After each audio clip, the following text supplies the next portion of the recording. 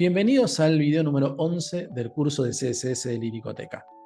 Hoy vamos a ver cómo modelar cajas y vamos a ver cómo hacer flotar elementos dentro de un contenedor. El modelaje de cajas es súper importante a la hora de desarrollar sitios web porque es lo que nos va a permitir posteriormente poder distribuir elementos a lo alto y a lo ancho de un contenedor. Entonces vamos a ver primero que nada qué características tiene un elemento cuando lo consideramos como caja. Técnicamente está compuesto por 4 características importantes. La primera característica es una que se llama contenido. Supónganse que yo coloco un contenido de texto dentro de la caja y le pongo, por ejemplo, perrito lindo. ¿Sí? Fíjense que aparece un contenido dentro de la caja y este contenido obviamente yo lo puedo manipular. Pero no es la única característica que define una caja. Hay otras 3 y una de ellas es lo que llamamos el relleno. El relleno hace referencia a toda la parte interna de la caja que no es el contenido. Es decir, todo el otro que se encuentra dentro de la caja, ¿sí? O contenedor, pero que no es el contenido per se. ¿Sí? Nosotros este relleno lo podemos agrandar, lo podemos achicar. Es muy interesante cómo se trabaja este relleno. La tercera característica que define una caja es lo que llamamos el borde. En pocas palabras, cuando podemos definirle un borde al elemento y este borde también lo podemos tratar. Podemos cambiarle el color, el grosor, podemos bordearlo, podemos hacerle muchas cosas. Y esto define los contornos de la caja. Y por último, tenemos lo que llamamos el margen. El margen es todo lo que se encuentra por afuera del borde. Si nosotros expandimos este margen, podemos alejar o acercar los elementos circundantes al contenedor. Esto es súper importante porque a veces queremos espaciar entre una caja y otra, como por ejemplo pueden ver acá que yo genere una especie de espaciado utilizando BRs entre una caja y la otra. Pero nosotros no vamos a usar BRs para esto porque justamente CSS nos permite poder trabajarlo de una manera mucho más práctica. Y los BRs, digamos, no es algo muy práctico y muy maleable. ¿Bien? Entonces vamos a ver cómo se tratan estas 4 características. Vamos un poco con el tema del relleno. El relleno se puede manejar con una propiedad llamada padding, ¿sí? Que, valga la redundancia, es relleno en inglés. Ahora, ¿cómo actúa el relleno? Tenemos que tener en cuenta que el contenido de texto, ¿sí? Que es este de aquí, ¿sí? Cuando nosotros agregamos relleno a la caja, lo que va a pasar es que la caja va a crecer hacia todos los lados, o hacia el lado que le digamos, y va a expandir la caja desde su forma original, que es esta de 400 por 400, hacia todos los lados. Entonces, fíjense lo siguiente. Si yo le agrego, por ejemplo, un padding de 100 píxeles hacia todos los lados, más bien 50 píxeles, noten lo que pasa. La caja se expande por igual 50 píxeles hacia todos los lados. El tamaño original de la caja era aproximadamente este. ¿Se ve? Más o menos. Pero luego se expande, ¿sí? Hacia todos los lados, concentrando el tamaño original y agregando ese relleno extra hacia todos los lados, ¿sí? Así funciona lo que llamamos el relleno. Mientras más agrandamos, más la caja se agranda. Si la caja tuviera anchos y alturas fijos, que son inamovibles, entonces el contenido va a empezar a comprimirse hacia adentro, ¿sí? Es importante tener en cuenta ese detalle. El otro tema que es importante conocer es el tema de los bordes. El borde, ¿sí? Se utiliza una propiedad llamada border. La propiedad border espera 3 valores.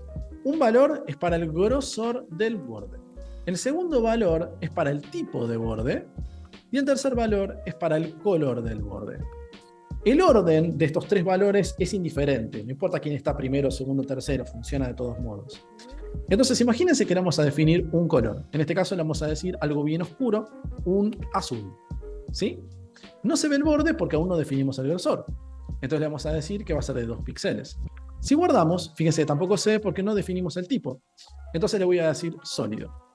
Y cuando guardamos, ahí ya se puede ver, pero muy apenas. ¿Se ve? Si yo agrando el grosor, por ejemplo, a 10 píxeles, podemos verlo mucho más nítido ese borde. ¿Sí? Ahora, ¿qué tipo de bordes hay? Bueno, son parecidos a los subrayados de texto. Tenemos el sólido, el punteado, el guionado, ¿sí? Entonces, fíjense, tenemos solid, tenemos dotted, ¿sí? Tenemos dashed, ¿sí? O que el más común suele ser el sólido. ¿Bien? Vamos a dejar acá sólido. ¿Bien? Esto es el borde. Hay mucho más para ver sobre borde, pero eso lo vamos a ver en el próximo video. Así que por ahora solamente quiero que conozcan la propiedad o la característica de cajas borde. Lo último que quiero mostrarles, básicamente, es el margen, que es eso que separa los elementos. Entonces vamos a quitar los BRs que habíamos puesto acá y vamos a colocar entonces un pequeño margen. Voy a comentar este padding y le voy a poner un margen, ¿sí?, de 50 píxeles. Fíjense que automáticamente genera un margen de 50 hacia todos los lados de la caja, empujando los elementos circundantes, pero además lo que hace también es que cuando entra en interacción con los márgenes del navegador, es la caja la que cede en lugar de que ceda el margen del navegador. ¿Por qué?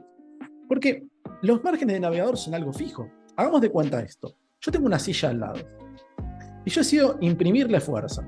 Si imprimo fuerza, es muy probable que la silla ceda y no sea yo el que me mueva, sino que yo muevo la silla. Pero ¿qué pasa cuando yo intento hacer lo mismo con una pared? Es decir, yo pongo la mano en la pared e imprimo fuerza. Obviamente la pared no va a ceder, y si yo sigo imprimiendo fuerza, el que se va a mover soy yo.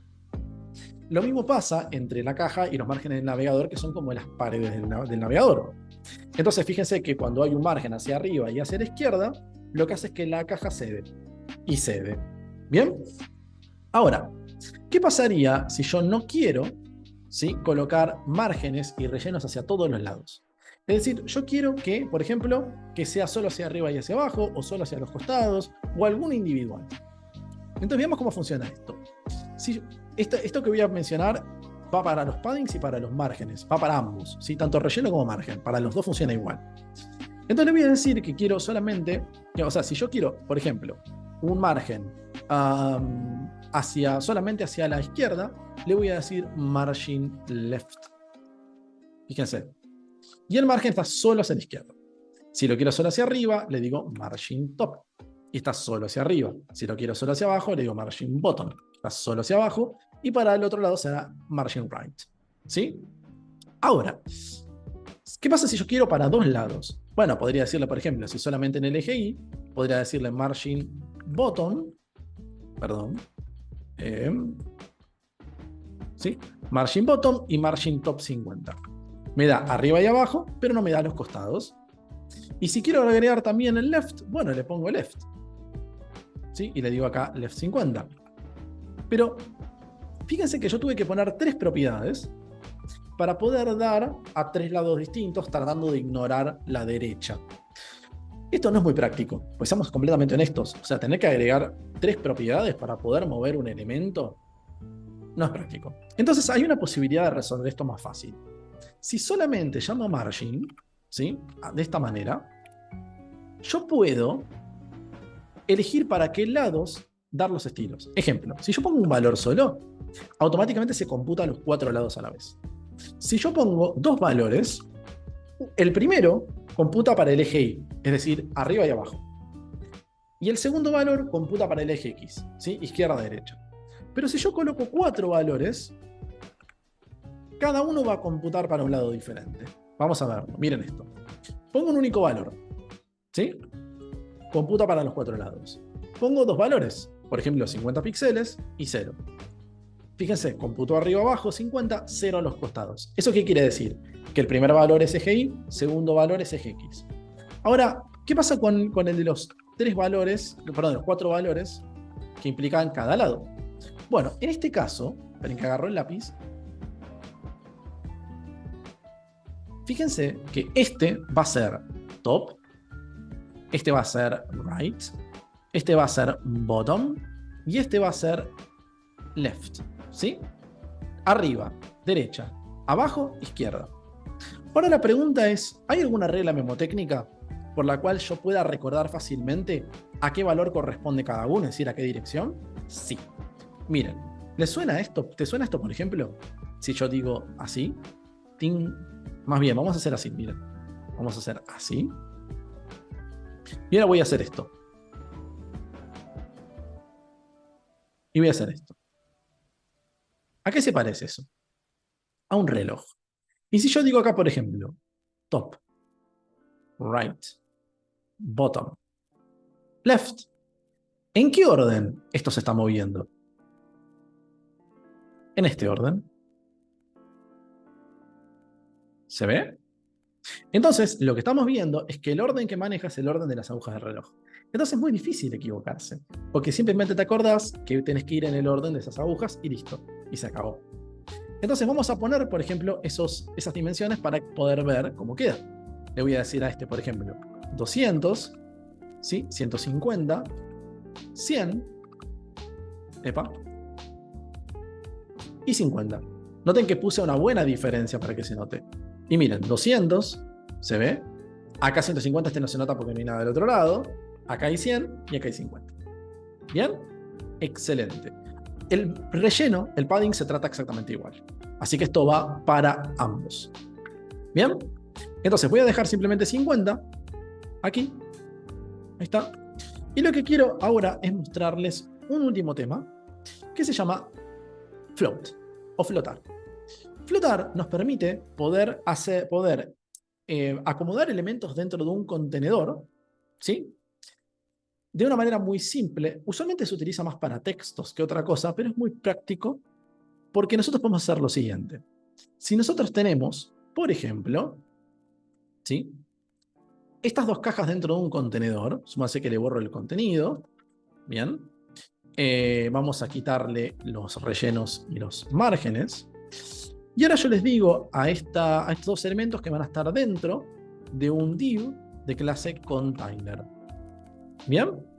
Y ahora agrego estos dos elementos aquí dentro. ¿Sí? Y ahora yo quiero que uno se coloque al lado del otro respecto del contenedor padre. Entonces, al primero le digo flota a la izquierda. Y flota a la izquierda. Y al segundo le digo flota a la derecha. Y fíjese cómo automáticamente pude colocar los dos elementos dentro del contenedor, pero flotando en direcciones distintas dentro de del mismo renglón, digamos, ¿no? En la misma línea. Esto es extremadamente práctico porque nos permite acomodar elementos, como por ejemplo las barras de navegación. Vieron que en una barra de navegación clásica, por ejemplo, como esta, podemos notar, ¿sí?, que tenemos una parte en una esquina y la otra parte en la otra esquina. Entonces, si nosotros tuviéramos el logo y el título de la empresa y el menú, ¿sí?, en dos divs distintos, pero dentro de un mismo contenedor, que sería la barra de navegación, vamos a hacer flotar una parte en una punta y la otra parte en la otra punta, y automáticamente lo acomodamos. ¿Es así como se hace hoy en día una barra de navegación? No. Hay una estrategia todavía mucho mejor que la vamos a ver en próximos videos. Pero durante mucho tiempo se hizo así, porque esta era la única manera de poder acomodar los elementos cuando no existía esta característica que vamos a ver más adelante, ¿sí?, que es propia de CSS3, que es la última versión. Hoy por hoy, ¿para qué se usa Float si ya no se usa para la barra de navegación? ¿Tiene una utilidad real actualmente? Sí. Y esa utilidad es para poder acomodar imágenes, por ejemplo, dentro de un texto. Y ahora lo vamos a ver. Miren esto. Imagínense que yo tengo acá un párrafo que tiene mucho, pero mucho texto. Por ejemplo, Lorem 200. ¿Bien? Y lo acomodo. Ahora quisiera intercalar acá una imagen de un Pokémon. Yo tenía por ahí imagen de Pokémon, ¿vieron? Entonces voy a colocar una acá al comienzo del texto.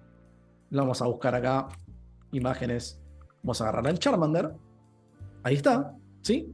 Y por el medio del texto, supóngase que por acá, ¿sí?, por acá, voy a agregar otra imagen, que esta va a ser el Squirtle.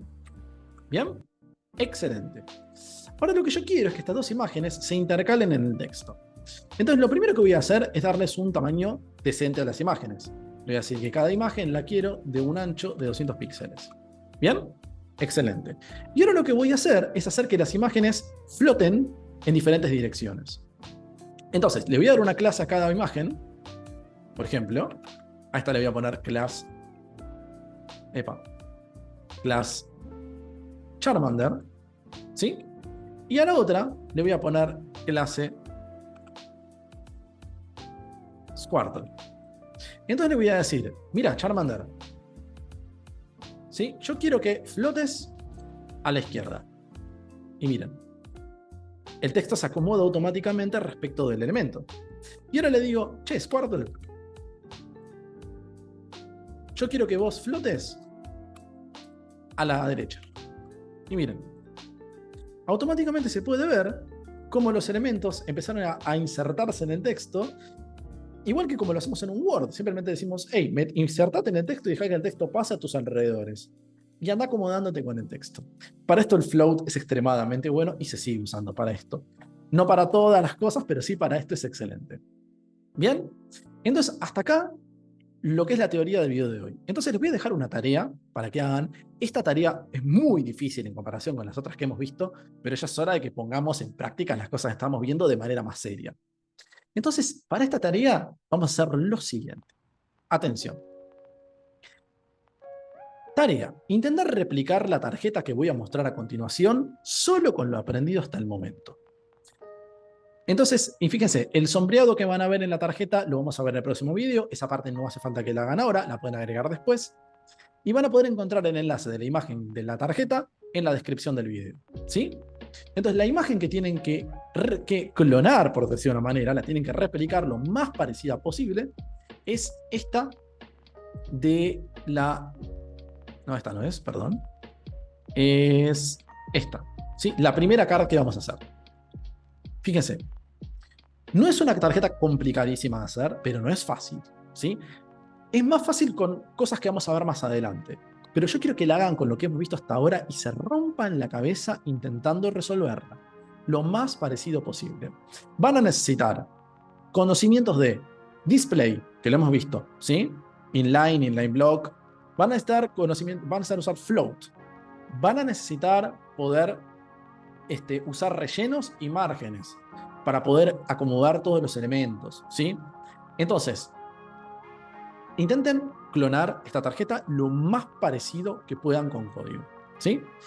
Y al comienzo del próximo video les muestro una solución o lo que yo pude armar más o menos así a las apuradas para que tomen como un pequeño modelillo, ¿sí? Recuerden, esto es con lo que hasta ahora hemos aprendido. ¿Bien? Y en el próximo video les muestro cómo quedaría. Nos vemos en el próximo video y que la fuerza les acompañe.